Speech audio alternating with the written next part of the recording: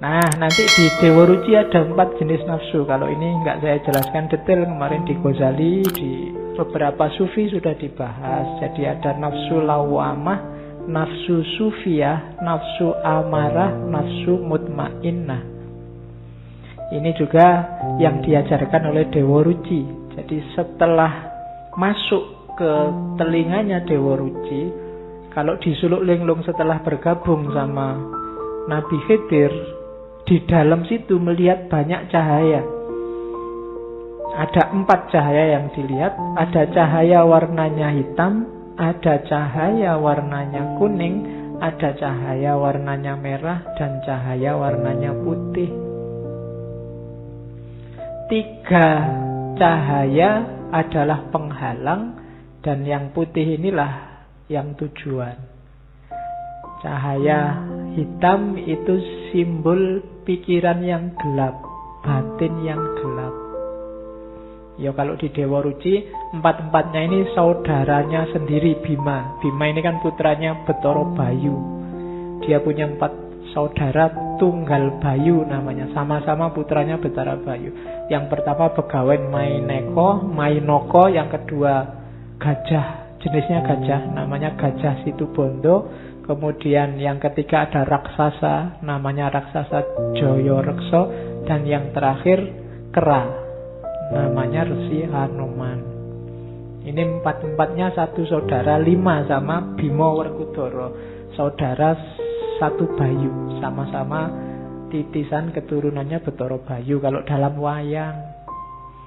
Nah, dipakai oleh Sunan Kalijaga jadi simbol-simbol nafsu.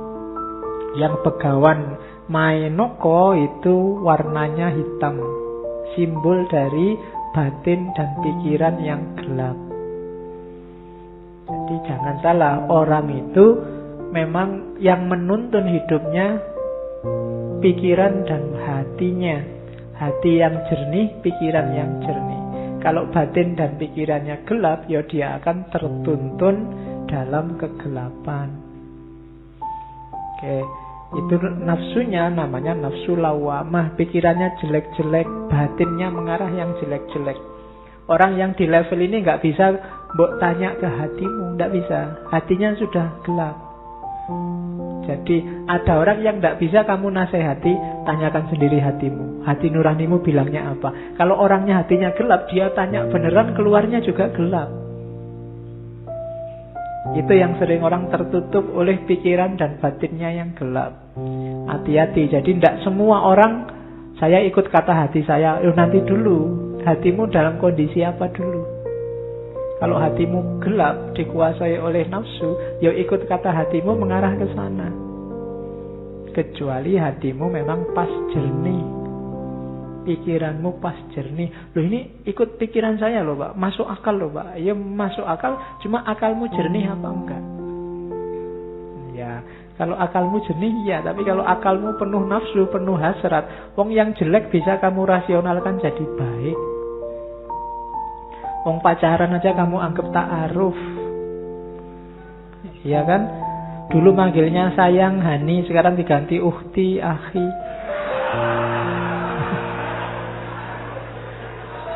Iya. Aduh, wahai. Dan kamu menyebut itu lebih islami, Pak. Pikiranmu kan itu. Ya, yang jelek-jelek bisa jadi bagus. Akal. Karena hatinya gelap. Jernihkan dulu hatimu, tajamkan dulu pikiranmu, baru kamu ketemu kebenaran. Kalau enggak, nafsu lawamah.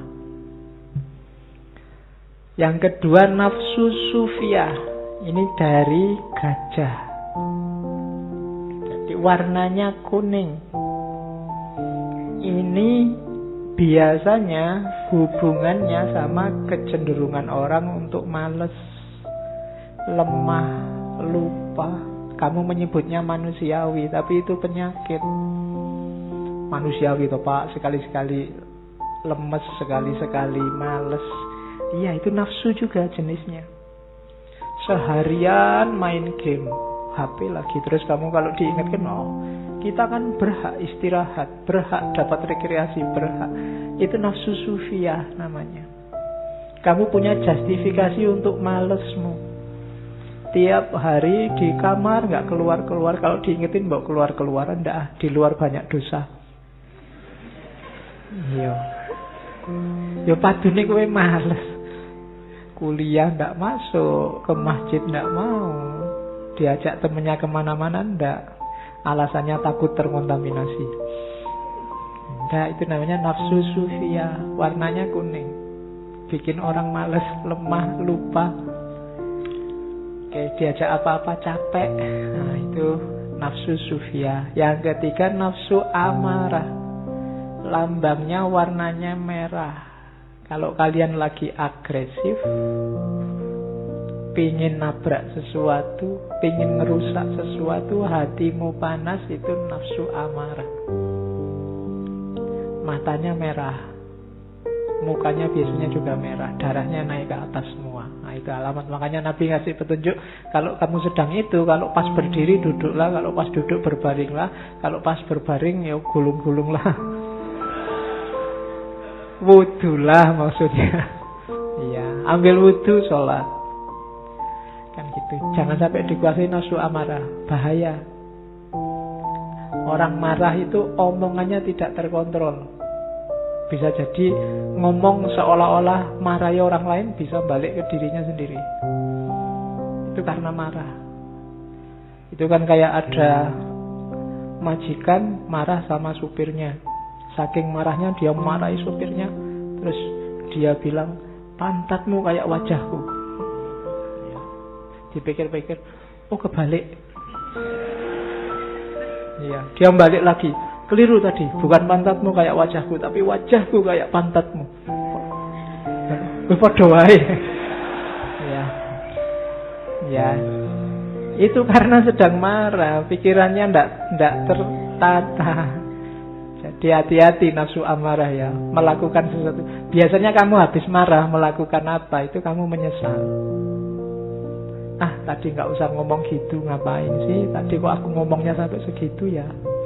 Jangan-jangan temanku sakit hatinya sekarang. Itu karena tadi kamu dikuasai nafsu amarah. Oke, kalau kamu merasa, wah ini marah ini, mundur dulu sebentar. Jadi dipikir dulu. Kalau mau marah, marahnya diatur. Biasanya nggak jadi marah. Ngomongnya ditata dulu. Marahku ini ngomongnya harus gini. Biasanya nggak jadi marah. Pokoknya jangan melakukan sesuatu kalau sedang marah, bisa bahaya. Marah boleh, manusiawi, tapi jangan ditaklukkan oleh marah. Oke, nafsu amarah. Dan yang keempat, inilah nafsu mutmainnah. Pikiran jernih, batin jernih, aktif, tidak males, tidak ngelukro, dan tidak dikuasai amarah. Kita sedang ada di ranah mutmainnah, warnanya putih, simbolnya Hanoman, kera berbulu putih. Itu 4 jenis nafsu yang dinasehatkan oleh Dewa Ruci pada Werkudara.